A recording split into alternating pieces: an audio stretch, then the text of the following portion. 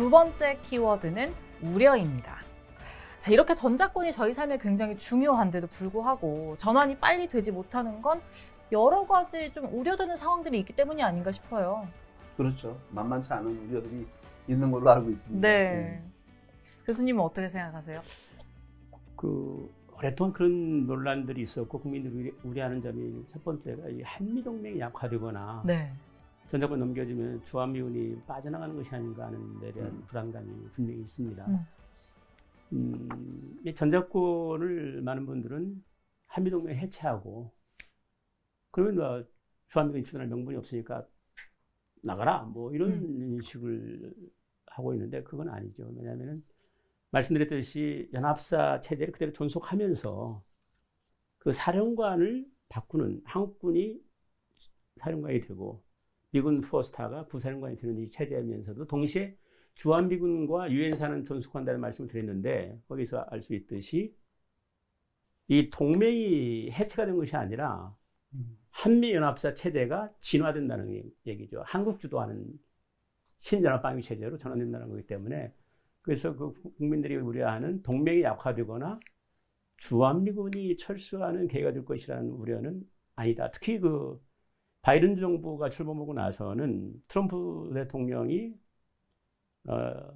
독일에 주둔하고 있는 미군들을 빼겠다는 약속을 했어요. 네. 근데 그것을 그 철수 중단을 지시를 했습니다. 그리고 존 오스틴 미 국방장관이 2+2 회의에 서울에 왔을 때 일성이 뭐였냐면은 북한 위협과 중국의 위협이 예전보다는 훨씬 더 커졌다. 그런 차원에서 이 주한미군의 전략적 중에서 더 가치가 높아졌다는 얘기이기 때문에 주한미군을 섣불리 철수한다? 그것은 그 가능성은 낮다고 봐요. 크게 불안할 필요가 없다고 보고요. 네. 국방비 부분은요? 네, 국방비 부분은 분명히 해야 된다고 봅니다. 이 전자권 전환은 우리 스스로 이 나라를 지켜나가겠다는 의지가 강한 거기 때문에 네. 국방비는 늘릴 수밖에 없어요. 왜냐하면은 사실상 현존 위협이 있는 나라치고 국방비 이렇게 적게 내는 국방비를 적게 하는 나라는 없습니다. 미군이 3.1%, 러시아가 4.2%. 심지어 사우디는 GDP 대비 10%가 넘습니다. 네. 우리 얼마입니까? 네? 우리는 한국이 2.4, 네, 2.43%. 2.3%. 이것은 얌체 같은 나라예요. 얼마나 더 늘려야 됩니까? 이제까지 이득을 많이 본 측면인데. 이게. 너무 얌체 같은 나라예요. 이 정도 이렇게 돈 있는, 어떻게 보면 트럼프 얘기가 맞아요. 국방비 돈 많은 나라가 말이야, 다 갈취했다는 식으로. 근데 그건 너무 과한 얘기고. 타국에 비해서 상대적으로 좀 낮은 편이긴 하네요. 상대 절대적으로 낮지 않습니까? 네. 저기 사우디가 10%라니까요, 국방비가. 네. GDP 대비. 근데 북한은 어떠냐? 북한은 물론 경쟁이 작죠. 우리의 경쟁에 어떤 사람들은 20분의 1도 안 된다고 하지만은 국방비가 북한은 GDP 23.4%입니다. 경영 국가니까요. 네, 그건 정상적인 나라가 아니니까. 그렇죠. 나라가 볼 수도 없지만. 거기에 비해서 우리는 2.5%도 안 된다. 이건 너무 우리가 인색한 겁니다. 그 국방비를 좀 덜 내고 계속 나라 안보를 지키겠다는 것은 네. 얌체 같은 모습이니까. 몇 프로까지 올려야 됩니까? 제가 볼 때는 한 3%? 3%? 최소 3%. 네, 3% 정도면 어느 정도가 되냐면은 지금 재정 증가율이 우리가 지금 10%가 조금 넘습니다. 네. 국가 예산의 10%를 국방비에 쓰고 있는데 한 15% 정도? 그럼 지금 40 몇 조 정도 되죠? 아니 53조죠. 53조. 네, 53조인데 네. 그 코로나 때문에 좀 삭감도 했습니다만. 네. 예산으로 따지면 얼마 정도 될까요? 그게 이제 다시 계산해 봐야 되겠습니다만 한 60조가 넘어야 된다고. 60조. 10조 원 정도 더 늘려야 된다는 얘기죠. 네. 그렇게 됐을 때 우리가 떳떳할 수가 있어요. 그래야 더 참 아까운 돈을 내가지고 더 나를 똑바로 시키겠다는 그런 의식도 확산되고요. 사실 또 한 가지 우려가 어쨌든 북한은 핵무기를 가지고 있잖아요. 그러다 보니 우리도 북한에 대응하려면 핵무기가 있어야 되지 않을까? 이런 우려들이 있거든요. 그것은 좀 다른 차원에서 접근할 필요가 있는데 바로 그 전자권 전환에 대비해서 가장 신경을 쓰는 것이 북한 핵 문제에 대한 북한 핵 위협을 어떻게 똑바로 막고 국민들이 북한의 핵 도발을 했을 때 생명을 보존할 수 있을 것인가에 우리 군이 지금 진짜 올인하고 있어요, 솔직히. 그래서 그것이 뭐냐면 북한의 핵 WMD 위협에 대처할 수 있는 전략 타격 체계를 구축한다는 거거든요. 근데 참 어떻게 보면 고마운 것인데 보수 정부 때보다도 현 진보 정부가 와서 국방비를 꽤 늘렸어요. 보수 정부 때는 그렇게 안보를 중시하는 이명박 대통령이나 박근혜 정부 때 어떻게 됩니까? 훨씬 더 적어요. 우리가 지금 박근혜 정부는 한 4.2%, 또 그 앞에 이명박 정부는 5.2%, 지금 7.1%를 냈다고요. 정부 예산 대비. 예, 재정 증가율 대비 국방비의 평균 증가율이. 훨씬 그 국방력을 강화시키기 위한 지원을 아끼지 않았다는 얘기가 됩니다. 그 덕분에 공개적 얘기를 많이 안 했어요, 우리가. 한반도 어떤 긴장을 뭐 촉발시킨다는 그런 북한의 빌미에 우리가 말려들 필요는 없다고 봐서. 북한이 최근에 그거하고 공개적으로 또 비난도 하고 했죠. 네. 네. 우리가 어마어마하게 이 국방비 전력 증가하면 이렇게 나타납니다.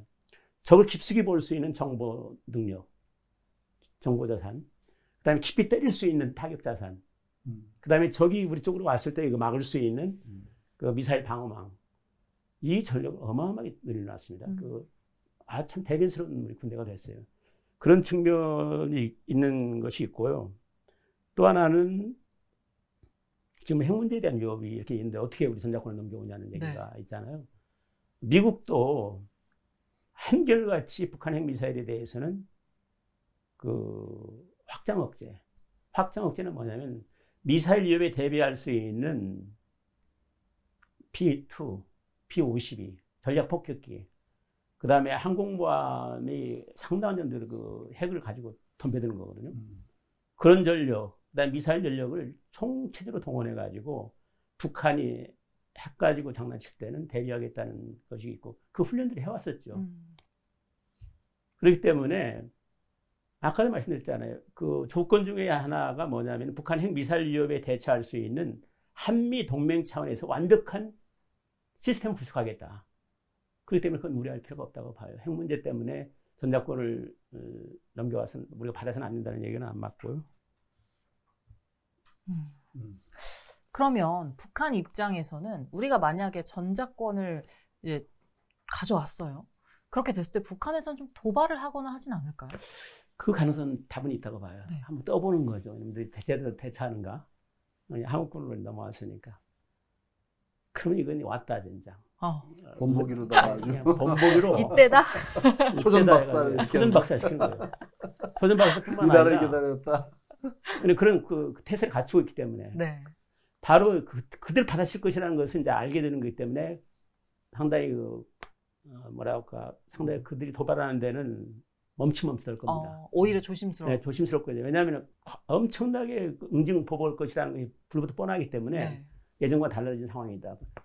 그러면 이제 실제 한번 도발을 해보는 겁니다. 도발을 하면 어떤 상황이 벌어지냐면은 지금 어떤 모습으로 달라지고 있냐면 우리 군이 도발 원점뿐만 아니라 도발을 지원하고 지휘하는 세력까지도 무자비하게 때리겠다는 것이거든요. 근데 그것을 보장할 수 있도록 미군은 어떤 약속을 했냐면은 그런 국지 도발이 있으면은 미국도 전쟁으로 비화되지 않도록 한반도 밖에 있는 뭡니까 오키나와나 괌에서 즉각 날라와가지고 확전되지 않도록 조치를 같이 한다. 그런 것이 이제 이루어지는 겁니다. 그렇기 때문에 한번 해봐라. 그냥 작살내겠다는. 잘못하면 전쟁 나겠네. 아니 전쟁 안 나도록 그런 방비처럼 가진다는 얘기죠. 그렇죠. 그래서 그렇기 때문에 더 이상 북한이 우리를 가지고 장난하는 그런 모습은 아닐 거라고 봐요. 전시작전 통제권을 가져온다는 게 정말 큰 의미가 있는 것 같아요. 어쨌든 우리를 무시하지 못하게 하면서 함부로 덤빌 수 없게 하는 힘이랄까? 그런 권한. 네. 근데 좀 걱정되는 건 또 있습니다. 만약에 유사시에 미군이 제대로 도와주러 올까? 뭐 이런. 네, 바로 그게 고민들. 가장 불안해하는 점입니다. 전쟁이 났을 때 미군이 제대로 올까? 자기들이 주인이 아닌데. 이제 너네 줬잖아. 이러면 어떡해? 네, 너희들 알아서 하라고 했잖아. 뭐 그런 생각을 하게 되는데 말씀을 여러 차례 드렸듯이 연합사 부사령관이지만은 같은 인물이 주한미군 사령관 역할을 합니다. 또 유엔군 사령관 역할도 계속 해요. 그 주한미군 사령관 역할에서 전쟁이 나면 그 전쟁할 수 있는 여건과 조성을 해주는 건데, 주한미군 사령관 입장에서 한반도에 전쟁이 났을 때 증원전력 시차별 전개 목록이 있습니다. 전쟁이 되면은 이러이러한 전력들이 단계적으로 쫙 온다. 그래서 계속 그 주한미군 사령관 입장에서 요청을 하는 거죠. 그리고 유엔군 사령관이 뭐 유명무실하다고 많은 사람들이 얘기하는데, 유엔군 사령관이 어마어마한 힘을 발휘할 수 있습니다. 전쟁 때는. 왜냐하면은 전쟁이 끝나고 휴전했을 당시에 참전했던 16개 국가들이 네. 한반도에 또 다른 전쟁이 일어난다면 우리 다시 보겠다. 그런 결의를 했습니다. 그 지금도 유효해서 유엔군 사령부가 전쟁이 났을 때 과연 그런 유엔사의 회원국들이 한국에 참전해가지고 어떤 역할을 할 것인가를 그런 훈련들을 한다니까요. 그러면 유엔군 사령관의 입장에서 계속 그런 해외에서 회원국가들의 군대들이 파병할 수 있는 것이 있다 보니까 이 유사시에 미국을 포함한 우리 우방 국가들이 한반도에 전쟁이 났을 때 전혀 참전 안 할 것이다? 그건 아니죠. 그 체제가 좀 갖춰져 있어요, 이렇게. 아, 교수님 말씀만 들어보면 우리가 할 게 없는데요? 이거 다 해결 가능한 부분인 것 같은데요? 아니, 그래서요. 왜냐하면 6.25 때 이제 6.25 전쟁을 계속 말씀드리는 것은 6.25 전쟁이 왜 이렇게 완전히 승리를 거두지 못하고 이게 압록강까지 갔었는데도 불구하고 이렇게 밀려가지고 했는가 보면은, 그때는 벽에도 어떻게 보면은 넘겨줬는데도 불구하고 메가더 유엔군 사령관은 이따금씩 왔어요. 도쿄에서 전쟁터인 한반도에 와서 전쟁을 지휘했지 간접 지휘를 했습니다. 도쿄에서. 그리고 실질적인 전쟁은 8군 사령관하고 또 이 10군단장이라는 친구가 했어요. 이 원산에 상륙작전 해가지고 그때부터인데, 이쪽 8군 사령관은 이 서부전선 지역으로 했고, 이쪽 저쪽 그 동해안을 포함한 이 산악작전이 동부전선 지역은 저쪽까지도 그 두만강까지 올라갔지 않습니까? 그 밑에 그 함흥 철수작전 이런 것들이 거기는 10군단장이 지휘를 했어요. 이게 지체가 이원화됐기 때문에 결국은 저는 전쟁에서 승리를 못했던 가장 큰 원인이라고 보는데, 그걸 일원화시켰어야 된다고요. 그렇다면은 새로운 미래 연합사령관이 전쟁이 나면은 모든 유엔군이나 미군들까지 같이 단일 지휘 체제에 의해서 전쟁을 하게끔 만들어주는 거예요, 지금. 그렇게 된다면은 유엔군 사령관은 계속 이 force provider라는 말씀을 드리는 건데, 전력을 계속 싸울 수 있는 전력을 가지고 오고, 또 미래 연합사령관 밑에서 주한미군까지 같이 작전할 수 있는 체제로 갖추기 때문에, 이것은 진짜 놀라운 미래 전쟁에 대비하기 위한 한미 간의 합의입니다. 그래서 참 전쟁이라는 건 안 되지, 분명히. 네. 전쟁이 대전제는 저놈이 쳐들어왔을 때 우리가 져서는 안 되잖아요. 그리고 그런 모습으로 우리가 너희들 쳐들어왔으면 너희들 그냥 작살낼 수 있는 그런 시스템이 갖춰져 있기 때문에 감히 엄두를 못 내게끔 하는 것도 대단히 의미가 있다고 봐요. 그렇죠. 유엔사 회원국도 다 참전하겠죠? 네.